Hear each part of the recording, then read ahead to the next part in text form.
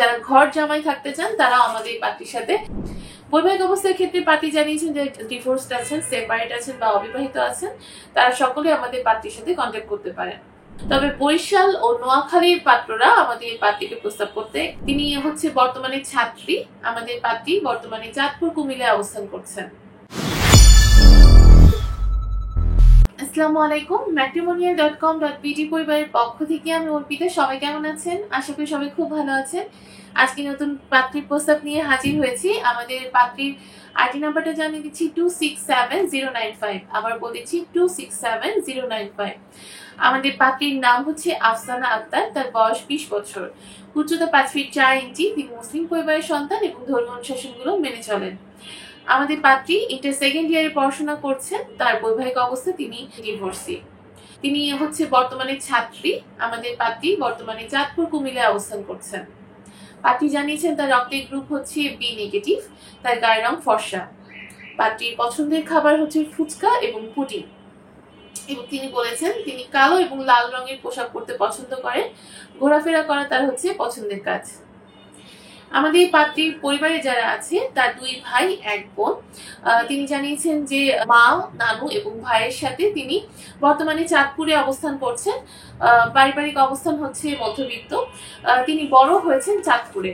আমাদের পাত্রী যেরকম পাত্র চাচ্ছেন, তিনি জানিয়েছেন পাত্রের বয়স অবশ্যই 20 থেকে 27 বছরের মধ্যে হতে হবে।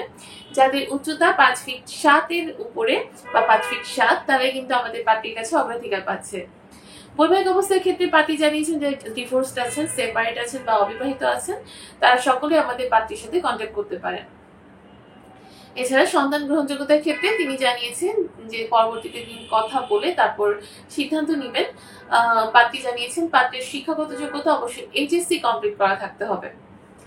এছাড়া তিনি আরো জানিয়েছেন যে যদি কোনো প্রবাসী পাত্র থাকে, সেক্ষেত্রে যে কোনো জায়গার পাত্র আমাদের পাত্রীকে প্রস্তাব করতে পারেন, এবং যে কোনো দেশের পাত্র, যে কোনো জেলার পাত্র কিন্তু আমাদের পাত্রীর কাছে গ্রহণযোগ্যতা পাচ্ছে।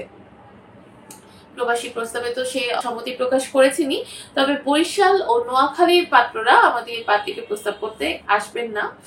তিনি বলেছেন যারা ঘর জামাই থাকতে চান তারা আমাদের পাত্রীর সাথে যোগাযোগ করবেন না বা আমাদের পাত্রীকে প্রস্তাব করবেন না। আমাদের পাত্রী জানিয়েছেন যে পাত্রকে অবশ্যই ভদ্র, নম্র, লম্বা এবং দেশের বাইরে থাকে এরকম যারা আছেন তারা কিন্তু আমাদের পাত্রীর কাছে অগ্রাধিকার পাচ্ছে।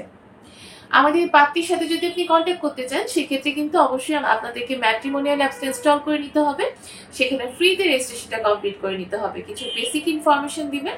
ইনফরমেশন দিয়ে আপনার রেজিস্ট্রেশনটা কমপ্লিট করে নিলে আপনার অ্যাকাউন্টটাতে কিন্তু আপনি লগ ইন করতে পারবেন। মেম্বার আইডি পাসওয়ার্ড দিয়ে লগ ইন করার পর আপনি সেখানে আপনার পছন্দ মতো পাত্রীদের প্রোফাইলগুলো দেখতে পাচ্ছেন।